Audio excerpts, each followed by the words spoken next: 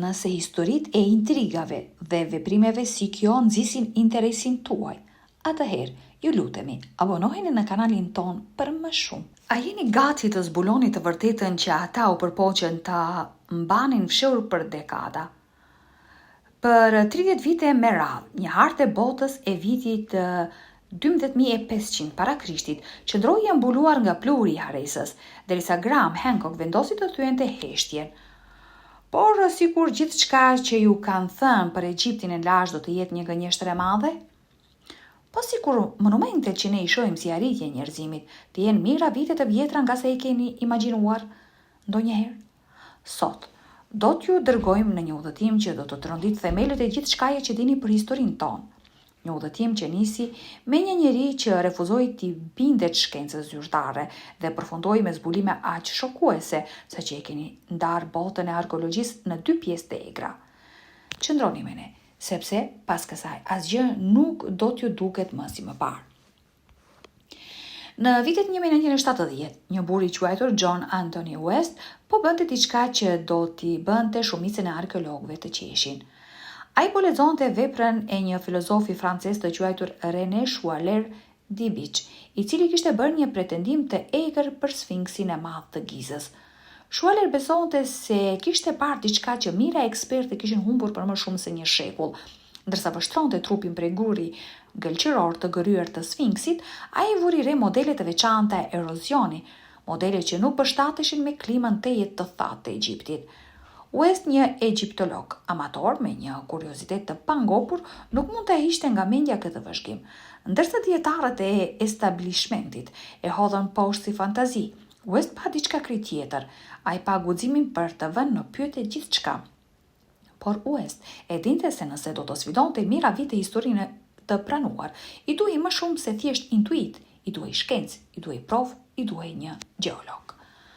Këtu hyn në lojë Dr. Robert Schoch, një gjeolog i respektuar nga Universiteti i Bostonit, kur West ju afrua në vitet 1980.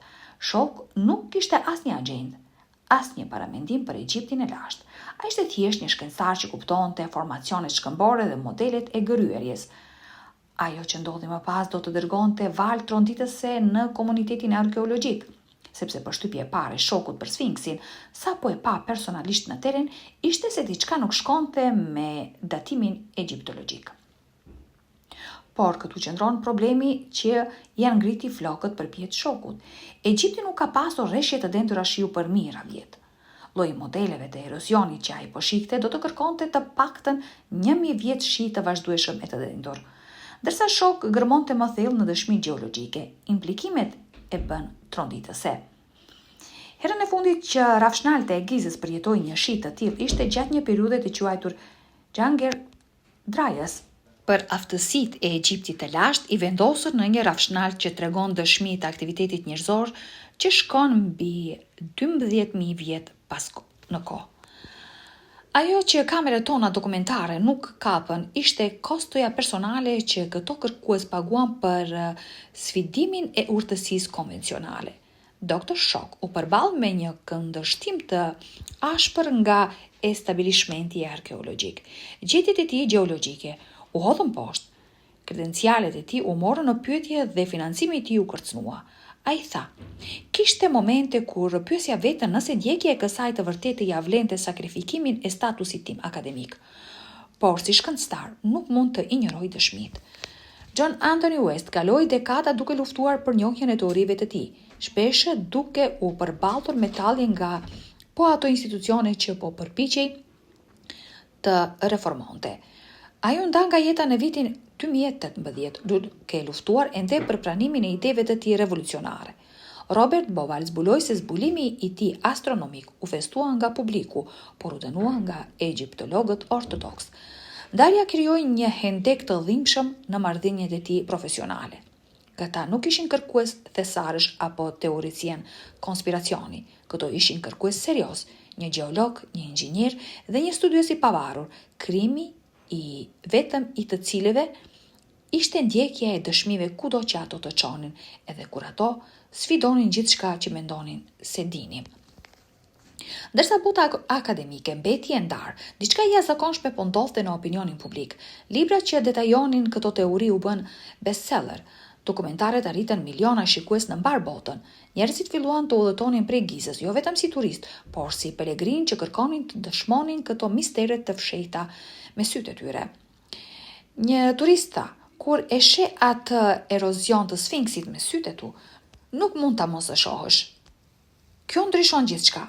Një tjetër u shpreh, erdha këtu duke menduar se e dija historinë. Tani e kuptoj se sapo kemi filluar të kuptojmë historinë tonë të vërtetë. Një brez i ri kërkuesisht të frymëzuar nga guximi West, shokut dhe Bovalit, filluan të afroheshin mistereve të lashta me sy të ri dhe metoda ndërdisiplinore.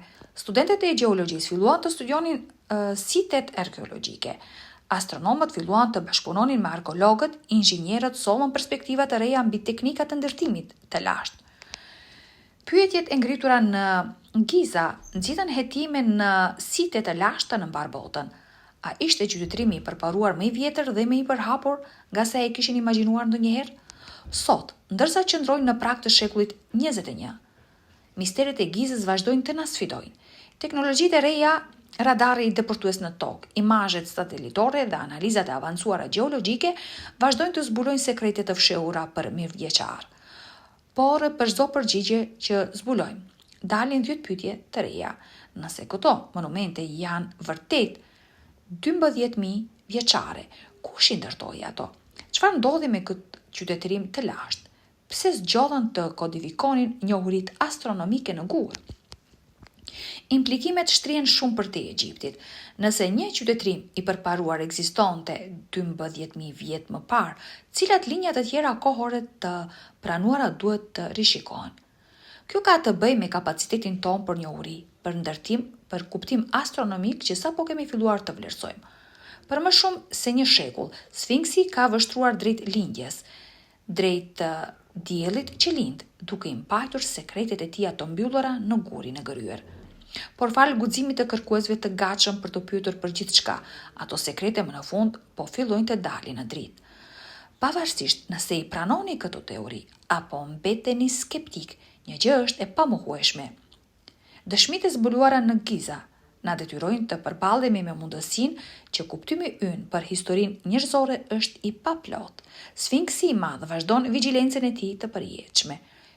Jo më thjesht si një rojtar varezash, por si një mbajtës i pyetjeve që na sfidojnë të mendojmë më gjerë, të gërmojmë më thellë dhe të mbetemi të hapur ndaj mundësisë që paraardhësit tanë ishin shumë më të sofistikuar nga sa kemi guxim të imagjinojmë.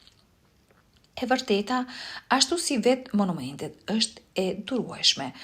Ajo ka pritur 12.000 vjet, mund të pres edhe pak më gjatë derisa ne të jemi gati ta pranojmë atë.